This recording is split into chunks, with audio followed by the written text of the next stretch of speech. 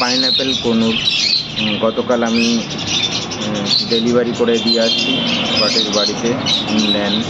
তো আমি বারবার ওনাকে বুঝিয়ে দিয়ে আসছি এটি একটি ফুল টেম পাখি, ঘরে ছেড়ে দিলে খেলাধুলা করতো, গায়ে উঠতো, মাথায় বসতো, কাঁধে বসতো, খুবই ছটপটে পাখি, ডাকলেই চলে আসতো হাতে। তো আমি ওনাকে বলে আসছি জিএসসিতে আপনি রাখুন, কোনো সমস্যা নেই, 2 ঘন্টা 3 ঘন্টা, কিন্তু আপনি যখন ফ্যান চালাবেন তখন ওর পায়ে বেল্টটা পরিয়ে রাখবেন, ছেড়ে দিয়ে কখনো ফ্যান চালাবেন না। তো উনি এই ভুলটা করেন।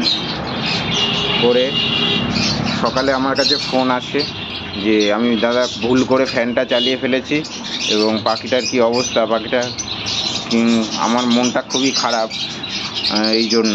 তো আমি ওকে রিকভারি করে নিয়ে আসি আমার কাছে, আমি এক মুহূর্তও লেট করিনি।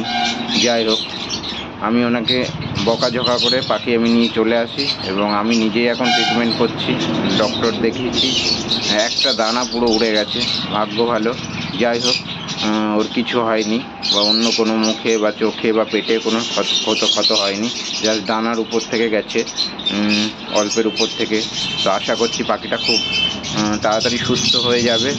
আর এটি একটি ফুল টেম পাখি, আর আপনারা যারা যারা দেখছেন তারাও ওর জন্য একটু শুভ কামনা করবেন, ও যাতে খুব তাড়াতাড়ি, একটা চোখ ডান পাশের চোখটা বন্ধ করে আছে আপাতত, কিন্তু আমি খাওয়াচ্ছিলাম সকালে, মোটামুটি 1 দিন হয়ে গেছে, তো আর কোনো ভয় নেই।